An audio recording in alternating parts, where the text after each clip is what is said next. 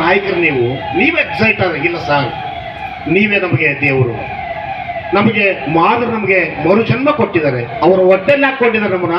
ದಯವಿಟ್ಟು ಹೊಟ್ಟೆನೆಲ್ಲ ಹಾಕಿರ್ತಕ್ಕಂಥ ತಾಯಿನ ರಕ್ಷಣೆ ಮಾಡೋದ್ರ ಮೂಲಕ ಈ ದೇಶದ ನೆಲದ ಸಂವಿಧಾನಕ್ಕೆ ನೀವು ಗೌರವ ಕೊಡಬೇಕಂತ ಗಳಗಳ ಆಗ್ತದೆ.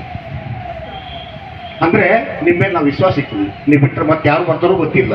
ನಿಮ್ಗೊಂದು ಅವಕಾಶ ಇದೆ, ಯಾರಿಗೆ ಸಿಗಲಾರದ ಅವಕಾಶ ಕೊಡ್ತಾರೆ. ಸುಪ್ರೀಂ ಕೋರ್ಟ್ ಆರ್ಡರ್ ಅವಾಗ ಇರಲಿಲ್ಲ. 341 ನಿಮ್ಗೆ ಅಡ್ಡಿತ್ತು. ಈಗ ಸುಪ್ರೀಂ ಕೋರ್ಟ್ ಆರ್ಡರ್ ಕೊಟ್ಟು 1 ತಿಂಗಳಾಗಿದೆ. ದಯವಿಟ್ಟು ಈ ಆದೇಶ ಮತ್ತೊಬ್ಬ CMಗೆ ಕೊಡಬೇಡ ಅಂತೇಳಿ ಕಾಲಿಡಿಕೊಂಡಾಗ CM ಅವರು ಪಾಪ ಸೈಲೆಂಟ್ ಆಗಿ ಇಲ್ಲಯ್ಯ ನಾನು 19 ಬೇರೆ ತೀರ್ಮಾನ ತಗೋದು. ಅಂದ್ರೆ ಒಂದು ಕಡೆ ಹೋರಾಟ, ಒಂದು ಕಡೆ ಅವ್ರು ಕನ್ವಿನ್ಸ್ ಮಾಡ್ತಕ್ಕಂಥ ಲೆಕ್ಕಪತ್ರ ಇದನ್ನು ಮಾಡದೆ ಹೋದ್ರಲ್ಲಿ ಸೋತೀವಿ.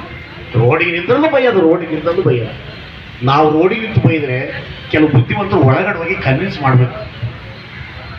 ನಮ್ಮ ಲೋಕೇಶ್ ಅವರು ಬಂದಾಗ, ಲೋಕೇಶ್ ಅವರು ಲೋಕೇಶ್ ಅವ್ರನ್ನ ಪದೇ ಪದೇ ಬೈಯೋದೇ ನಮ್ಮ ಕೆಲಸ. ಅಮ್ಮಣ್ಣ ನೀವು ಹೇಳಿದಂಗೆ ಬಹುಸಂಖ್ಯಾತರಲ್ಲ, ನಿಮ್ಮ ಲಕ್ಷ 9 ಲಕ್ಷ ಐತೆ ಅಂದಾಗ ಎಷ್ಟು ಸುಳ್ಳು ಹೇಳ್ತಿದ್ದ. ಕೆಲವಾಗಿ 7 ಲಕ್ಷ ಐತೆ ನಿಮ್ಗೆ ಗೊತ್ತಾಗಿರ್ತ. ಅಮ್ಮಣ್ಣ ನೀವು ಇಲ್ಲಿ ಸೆನ್ಸಸ್ ಮಾಡಬೇಕು, ಲೆಕ್ಕಪತ್ರ ಆಗಬೇಕು.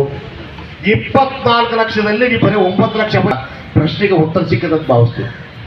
ಬುದ್ಧಿಜೀವಿಗಳ ಒಪ್ಪಂಗಿಲ್ಲ ಅಂತ ಹೇಳಿದ್ರೆ ಕರೆಕ್ಟ್. ನಾವು ಒಬ್ಬೊಬ್ಬರು ಅಧ್ಯಕ್ಷರ ಮನೆಗೆ ಒಬ್ಬೊಬ್ಬರು ನಾವೇ ಗಟ್ಟಿ ಪಂಚಾಯತ್ ಮಾಡಿ ನಾವೇ ದೊಡ್ಡ ಮಂದಿ. ಅದಕ್ಕೋಸ್ಕರ ಕೆಲವು ವಿಷಯಗಳು ಒಪ್ಪಂಗಿಲ್ಲ. ಅದಕ್ಕೋಸ್ಕರ ನಾನು ಹೇಳ್ತಾ ಇದ್ದೀನಿ, ಮಾದಿಗರು ಬೀದಿ ಹೋರಾಟ ಮಾಡೋ ಜೊತೆಗೆ ನ್ಯಾಯಾಂಗ ಹೋರಾಟವನ್ನು ಮಾಡಲು ಗೆದ್ದಿದ್ದಾರೆ ಅಂತ ನಾಗಮೋಹನ್ ದಾಸ್.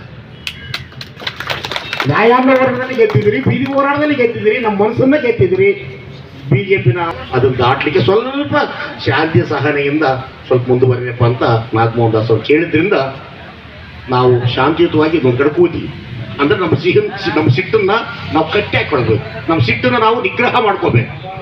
19 ನಂತರ ಆ ಸಿಟ್ಟನ್ನ ರಸ್ತೆಗಳಿಗೆ ತಿಳಿಸ್ಬೇಕು. ಅದಕ್ಕೋಸ್ಕರ ಯಾವ ಜಿಲ್ಲೆಗಳಲ್ಲಿ ಏನೇ ಮಾಡಿದ್ರು ನಾವು ಅದ್ರ ಬಗ್ಗೆ ತಲೆ ಕೆಡಿಸ್ಕೊಳ್ಳೋದು ಬೇಡ.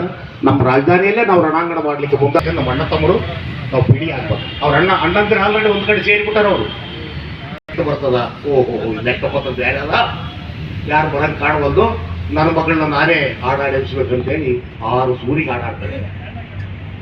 ಮೈನರತೆ ಮೈನರತೆ ಏನೊಂದು ಮೈನರತೆ ಆನು ಬಾನುಂಡು ಮಯ್ಯಾನರತೆ.